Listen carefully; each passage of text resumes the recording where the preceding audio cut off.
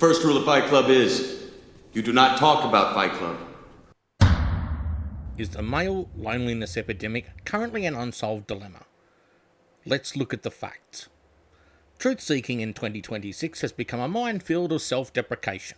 The signal-to-noise ratio in a self-published media environment has resulted in overwhelming logical failure being algorithmically fed directly into our ears. You hit me in the ear! Well, Jesus, I'm sorry. Ow! Christ! Why the ear, man?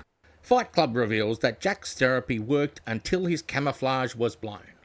Marla's presence turned his shared vulnerability into a visible lie.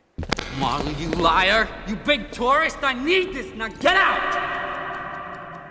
When he felt fake, the therapeutic dividend collapsed, creating the vacuum for Tyler Durden to install a new, violent operating system. This system addressed a metabolic need for physical activity and a primal need for emotional connection.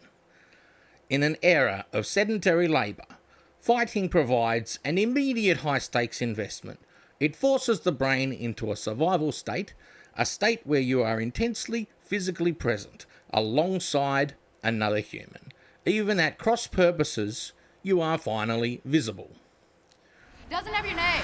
Who are you? Cornelius? Rupert?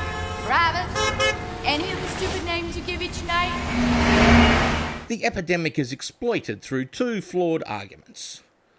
One calls for a machismo masquerading as stoicism. Another blames the individual for failing a platonic ideal of sensitivity. Both ignore the terminal thesis. The fighting was just a biohack. The men didn't want to destroy each other. They wanted to endure something together. You don't need a basement to find your biological baseline. You need to decouple from the material posturing.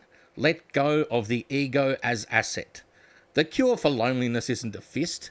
It's being invested in a connection without the mask of performance. Chuck Palahnik wasn't writing a men's rights manifesto or a self-help guide.